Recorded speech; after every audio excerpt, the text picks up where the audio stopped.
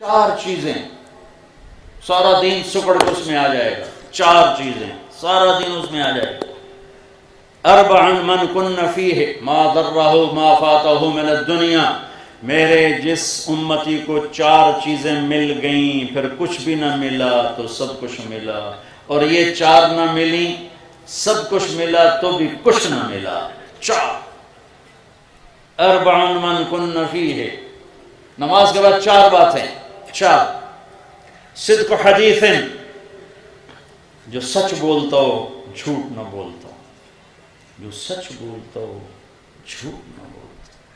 جو سچ بولتا ہو جھوٹ نہ بولتا ہو. حفظ امانت، جو کسی کو دھوکہ نہ دیتا ہو، فراڈ نہ کرتا ہو. دھوکہ نہ دیتا ہو، فراڈ نہ کرتا ہو. میرے نبی نے فرمایا میرا امتی ہر گناہ کر سکتا ہے، دو کبھی نہیں کرے گا. ایک دھوکہ کبھی نہیں دے گا، ایک جھوٹ کبھی نہیں بولے گا. ایک دھوکہ کبھی نہیں دے گا، ایک جھوٹ کبھی نہیں بولے گا. بچو سچ بولنا سیکھ لو. میرے معاشرے کی تباہی کا سبب یہ سیاسی لوگ نہیں ہیں. میرے معاشرے کی تباہی کا سبب ایک ایک فرد کا جھوٹ بولنا ہے،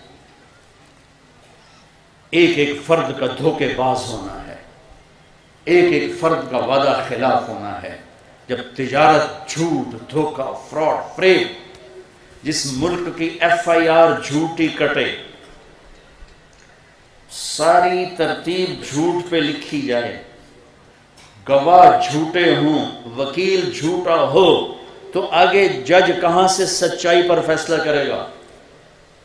اور آگے جج بھی اکثر اپنے فیصلوں کو بیچنے کے لیے تیار بیٹھے ہوں، گواہ جھوٹ بولنے کے لیے تیار بیٹھے ہوں، بے گناہ کو 302 لگانے پر تیار بیٹھے ہوں.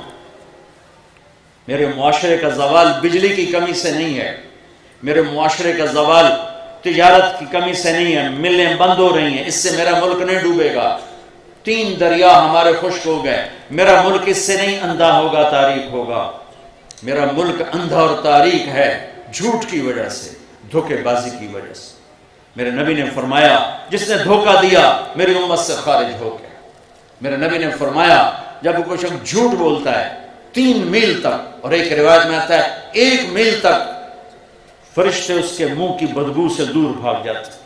آپ نے فرمایا کچا پیاز کھا کے مسجد مت آؤ، کچا پیاز کھا کے مسجد مت آؤ کہ بدبو ہوتی ہے، فرشتوں کو تکلیف ہوتی ہے. لیکن یہ نہیں فرمایا کہ فرشتے بھاگ جاتے ہیں. جھوٹ بولنے پر فرمایا فرشتوں کو اتنی بدبو آتی کہ 1 میل تک دور بھاگ جاتے ہیں. یہ تم جتنے بیٹھے ہو نا، تم ہی عہد کر لو، سچ بولنا ہے، دھوکہ نہیں دینا ہے. میں نے 2 باتیں بتائی ہیں، ابھی 2 باقی ہیں. صدق حدیث، حفظ امانت. مسلمان سچ بولتا ہے، جھوٹ نہیں بولتا.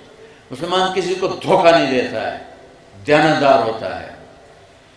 تیسری حسن خلیقت، اخلاق اچھے مل جائیں، اخلاق اچھے مل جائیں.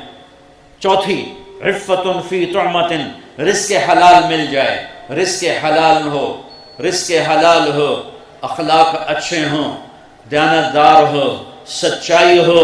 تو یہ وقت کا شیخ عبد القادر جیلانی ہے، یہ اپنے وقت کا جنید بغدادی ہے، یہ عورت اپنے وقت کی رابعہ بصری ہے، یہ اپنے وقت کی شعبانہ شمعونہ ہے، یہ اپنے وقت کا امام غزالی ہے. جو سچ بولے، جو دیانتداری سے چلے، جس کے اخلاق اچھے ہوں، جس کا رزق حلال ہو. اس میں ایک لفظ ہے حسن و خلیقت. اخلاق پر حسن کا لفظ آیا ہے کہ اخلاق ایک ایسا عمل ہے جو انسان کو خوبصورت بنا دیتا ہے اور اس کے رشتوں کو خوبصورت بنا دیتا ہے. کوئی بھی رشتہ ہو، اس کو زندہ کرنے کے لیے اچھے اخلاق چاہیے.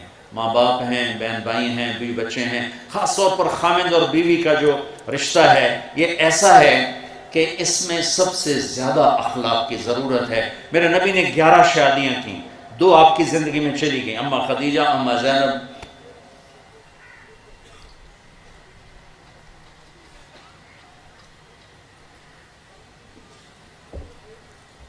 9 زندہ رہیں. 9. میرے رب کی قسم یہ شادی یہ گھر 11 اور 2 چلی گئی 9 ساتھ تھیں، ہمیں خوبصورت زندگی سکھانے کے لیے تھیں، چونکہ یہ رشتہ سب سے زیادہ حساس ہے، سب سے زیادہ کمزور ہے۔ باقی کوئی رشتہ ٹوٹتا نہیں، یہ ٹوٹ جاتا ہے، ایک بول پہ ٹوٹ جاتا ہے۔ اس لیے میرے نبی نے کہا علی طلاق سے بچنا، طلاق سے بچنا۔ جب کسی بچی کو ناجائز طلاق دی جاتی ہے تو اللہ کا عرش کانپ اٹھتا ہے۔ طلاق سب سے حلال میں سب سے بدترین کام ہے، طلاق سب سے بدترین کام۔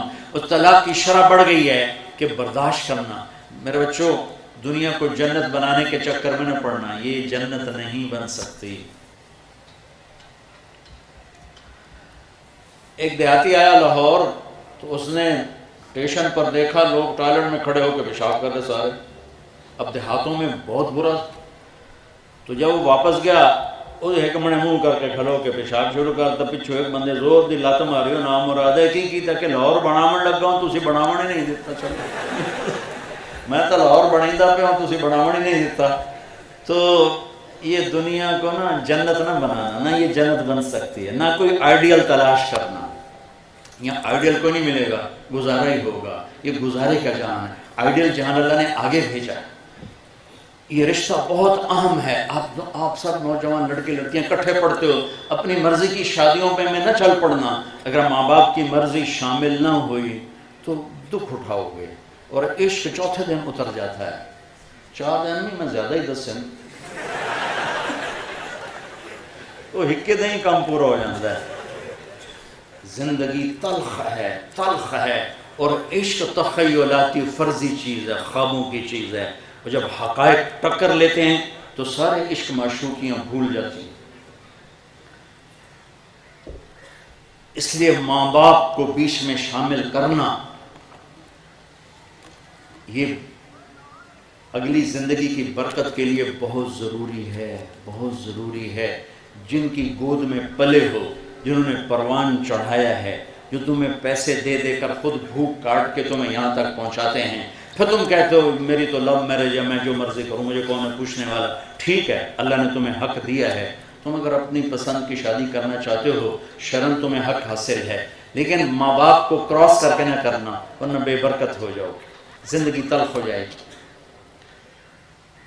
ماں باپ کی دعاؤں کو بیچ میں، ماں باپ کے لیے الگ کہتا ہوں کہ یہ اولاد کا حق ہے۔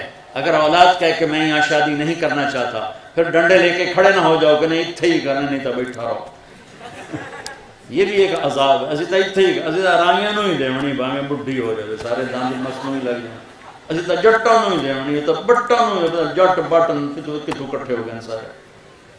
ایک طرف اخلاق اور ایک طرف عبادات میں نماز، سچائی، دیانتداری، اچھے اخلاق اور رزق حلال، تو انشاءاللہ دنیا بھی بہترین اللہ گزروائے گا، اور مرتے ہی سیدھا جنت میں پہنچائے گا۔